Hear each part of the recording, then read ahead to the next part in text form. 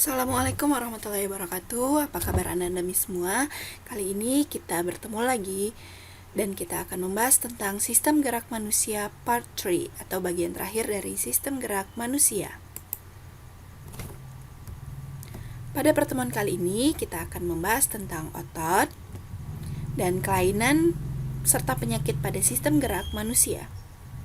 Kita masuk yang pertama, otot. Otot merupakan alat gerak aktif. Kenapa? Karena otot mampu berkontraksi dan berelaksasi, serta otot mampu menggerakkan persendian. Pentingkah otot bagi tubuh manusia? Sangat penting, karena otot menjaga organ dalam tubuh manusia, menggerakkan tulang, membantu pergerakan lidah, membuka dan menutup kelopak mata, memompa darah dari jantung, dan membuat kita tersenyum. Nah, tipe otot manusia ada 3. Yang pertama, cardiac muscle cell, yaitu otot jantung. Skeletal muscle cell, yaitu otot lurik. Yang ketiga ada smooth muscle cell, yaitu otot polos. Nah, ini penampakannya.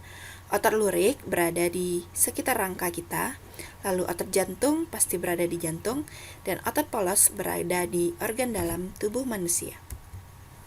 Kita bahas yang pertama, otot lurik.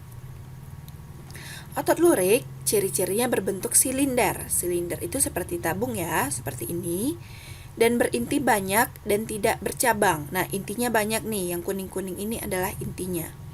Terdapat bagian terang dan gelap. Ada bagian terang, ada bagian gelap. Sehingga disebut otot lurik. Lalu dia menyusun otot rangka. Nah, bekerjanya secara sadar dan tidak tahan lelah atau mudah lelah ketika kita bekerja banyak atau berolahraga secara sering, maka kita akan merasakan kelelahan.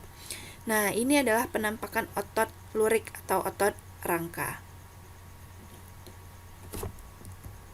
Lalu, otot jantung, ciri-cirinya selnya berbentuk serabut anyaman. Nih, bentuk serabut anyaman yang bercabang dan memiliki banyak inti.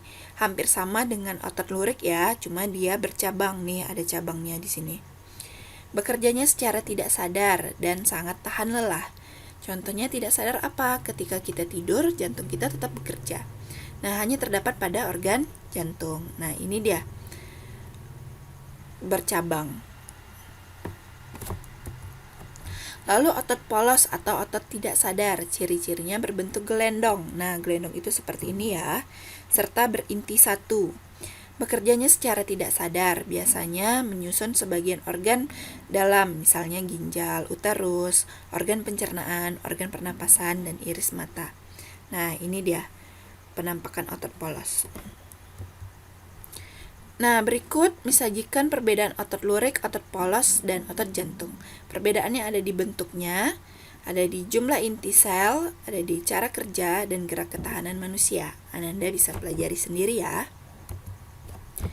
Lalu kita masuk cara kerja otot. Cara kerja otot terbagi 2 secara garis besar, yaitu sinergis, bekerja bersamaan, antagonis, bekerja berlawanan. Nah, antagonis ini dibagi lagi menjadi flexor, ekstensor, abduktor, adduktor, depressor, elevator, pronator, dan suprimator. Kita bahas lebih rincinya ya. Nah, contoh gerak antagonis yang pertama adalah fleksi dan ekstensi. Fleksi merupakan gerak menekuk, sebaliknya ekstensi merupakan gerak meluruskan. Contohnya gerak pada siku, lutut, ruas-ruas jari, dan bahu.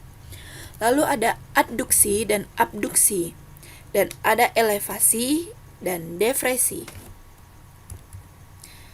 Ada supinasi dan pronasi, inversi dan eversi.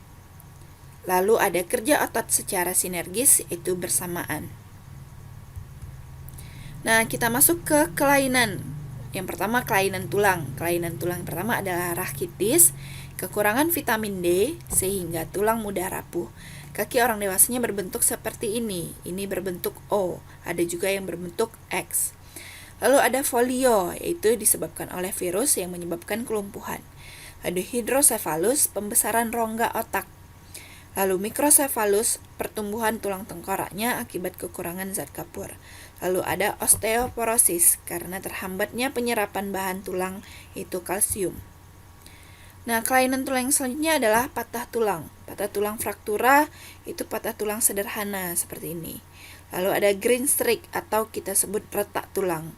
Nah, fraktura terbuka itu tulangnya sampai memisahkan diri sampai menonjol ke luar bagian organ tubuh manusianya. Nah, ini yang sering kita lihat ya, kita saksikan. Yang pertama, kelainan tulang karena kesalahan duduk. Yang pertama adalah lordosis, tulang belakangnya melengkung ke depan. Ini tulang belakangnya melengkung ke depan. Lalu ada kifosis, tulang belakangnya melengkung ke belakang. Nih, melengkung dia ke belakang. Lalu ada skoliosis, itu kelainan pada tulang yang melengkung ke samping. Nah, Anda semua untuk menghindari kesalahan duduk ini, ketika belajar Anda disarankan dengan duduk dengan posisi yang baik ya.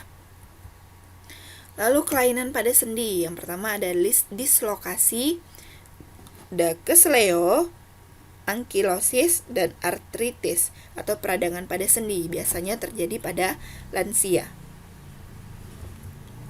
Nah, gangguan pada otot, yang pertama ada kejang otot, ada atrofi, hipertrofi, tetanus yang disebabkan oleh Clostridium tetani, dan hernia abdominalis.